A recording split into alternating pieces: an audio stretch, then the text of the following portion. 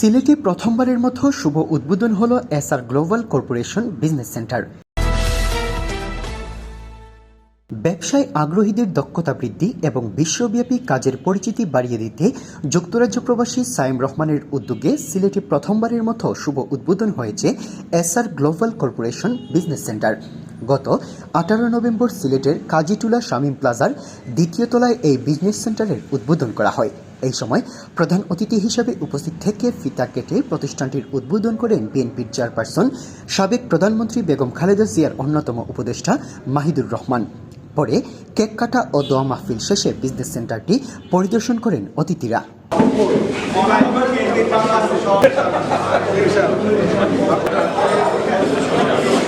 SR global corporation business সেন্টারের উদ্যোক্তা সাইম রহমান জানান, এই প্রতিষ্ঠানটি একটি মার্কেটিং প্রতিষ্ঠান।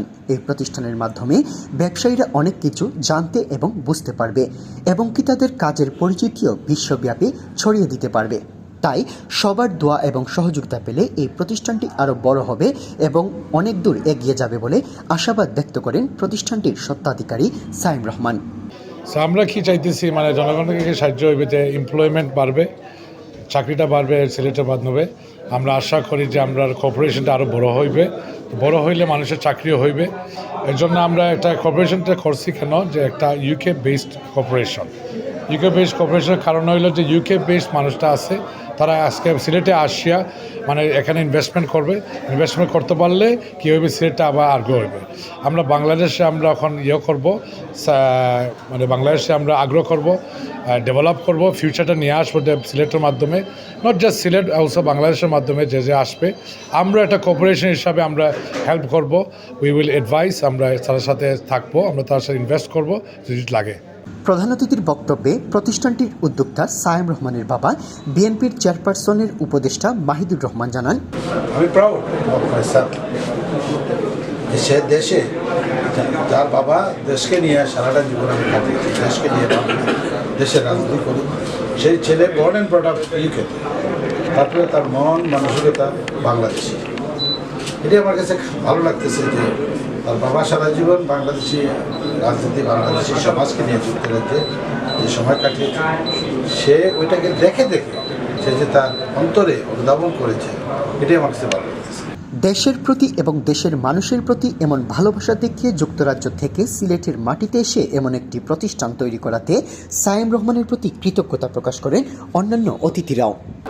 এই প্রতিষ্ঠানগুলো করছে কি, তারা এই প্রতিষ্ঠানটি প্রতিষ্ঠিত করে একজন কোয়ালিফাইড ছেলে অথবা মেয়েকে যারা আগ্রহী ব্যবসার ক্ষেত্রে, তাদেরকে সেই অপরচুনিটি তৈরি করে দিচ্ছে।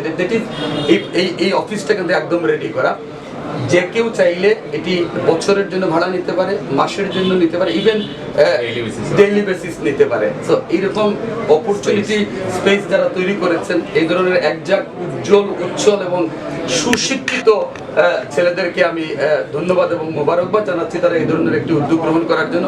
আর দ্বিতীয়ত হচ্ছে, যারা আগ্রহী দেশের ব্যাপারে, তাদের একটা ক্ষেত্র কিন্তু তারা তৈরি করে দিয়েছে। আমরা বিশ্বাস করি এ ধরনের প্রতিষ্ঠান এটি সিলেটে প্রথম। আসলে এটা সিলেটে ফার্স্ট আইটি সেক্টরে প্রোগ্রাম ফার্স্ট হয়েছে।